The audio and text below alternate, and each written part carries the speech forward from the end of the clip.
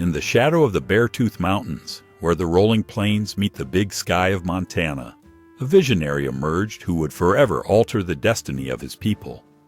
Alik-Chiahoosh history remembers him as the one known for many great deeds, Chief Plenty Coups. Born around 1848 into a world defined by buffalo hunts and tribal warfare, Plenty Coups entered life when the Crow Way seemed immutable and eternal. The son of medicine bird and otter woman, young Alik-Chiahoosh grew up during the final golden era of Plains Indian freedom. His childhood coincided with the last decades before reservation life would reshape Native American existence forever. Plenty Coups was a young man with much promise. He fasted by himself on a secluded hillside during his first vision quest, according to legend. There, the spirit spoke to him through the figure of a chickadee, a small bird known for its intelligence and ability to learn from others. This vision would guide his leadership philosophy throughout his life. The chickadee is small but wise, he would later explain. It listens more than it speaks and learns from those around it. This is how our people must be to survive. In his youth, Plenty Coups earned his name through acts of extraordinary courage against rival tribes, particularly the Sioux and Blackfeet. The Crow tradition of counting coups, the honored practice of touching an enemy in battle without killing them, represented the highest form of bravery. Young Alik-Chiahoosh performed this dangerous feat so many times that he earned the name we know him by today. Plenty Coups had made a name for himself as a very skilled military leader by the time he was in his 30s. His physical bravery and tactical intelligence were praised by fellow fighters. In one famous encounter, he faced down multiple enemies alone, counting coup on each before escaping unharmed. Such stories spread through the Crow camps and established his reputation as a warrior beyond compare. But as Plenty Coups reached his prime, the world around him began to transform. The 1860s and 1870s brought unprecedented change to the northern plains. White settlers arrived in ever greater numbers. Traditional hunting grounds were crossed by the Transcontinental Railroad. Treaties were made and broken with alarming regularity. Most notably, the buffalo, which was the economic and spiritual hub of Plains Indian culture, started to go extinct. Where once herds blackened the horizon as far as the eye could see, by the late 1870s, only scattered remnants remained. This pivotal moment was when Plenty Coups truly showed his brilliance. While other leaders chose armed resistance, a path that ultimately led to tragedy at places like Little Bighorn and Wounded Knee, Plenty Coups made a different choice. "I saw in my sleep the coming of the white men on the Crowland," he recounted of another powerful vision. "They were just as many as the stars in the heavens.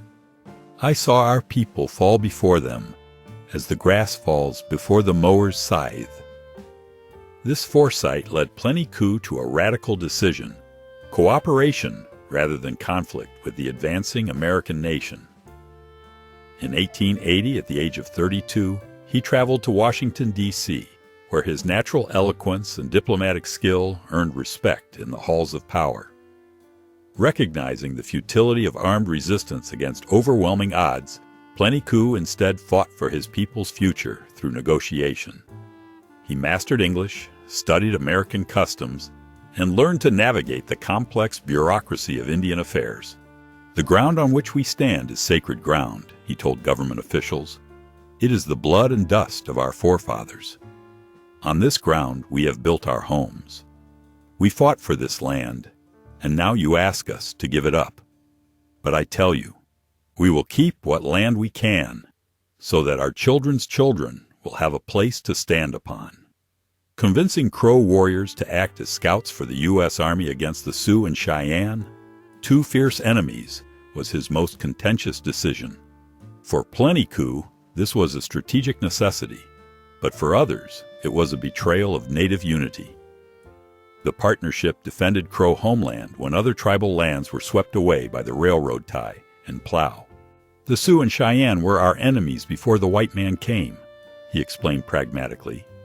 They would have taken our hunting areas if they could have. I fight to protect my people, no matter who stands beside me. This calculated alliance bore fruit during the establishment of the Crow Reservation. While still a fraction of their original territory, the Crow retained significant lands in Montana, more than many tribes who chose armed resistance. During the General Allotment Act of 1887, Plenty Coups successfully fought for modifications that protected Crow interests by preventing the division of tribal lands nationwide.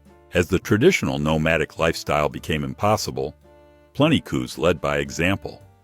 He built a 2-story frame house near Pryor Creek, established a farm, planted orchards, and raised cattle.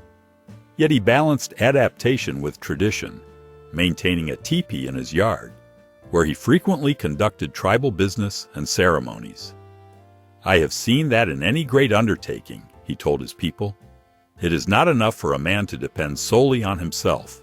By the early 20th century, Plenty Coups had become a national figure. In 1921, he represented all Native Americans at the dedication of the Tomb of the Unknown Soldier in Arlington National Cemetery. He laid his coup stick and war bonnet, 2 potent symbols of honor from the Native American nations of America, on the tomb while dressed in full ceremonial attire. As he aged, Plenty Coups focused increasingly on education. He believed firmly that Crow children needed to learn the ways of white society while maintaining their cultural identity. He donated land for schools and encouraged literacy, while simultaneously preserving traditional knowledge through storytelling and ceremony. Near the end of his life, in a final act of foresight, Plenty Coups donated his personal land near Pryor, Montana, for a public park, a symbol of his commitment to a shared future between his people and the nation that had risen around them. I have seen so much change, he reflected in his final years. The buffalo gone, the old ways fading, but the Crow people remain. And as long as they remember who they are, they will never truly disappear.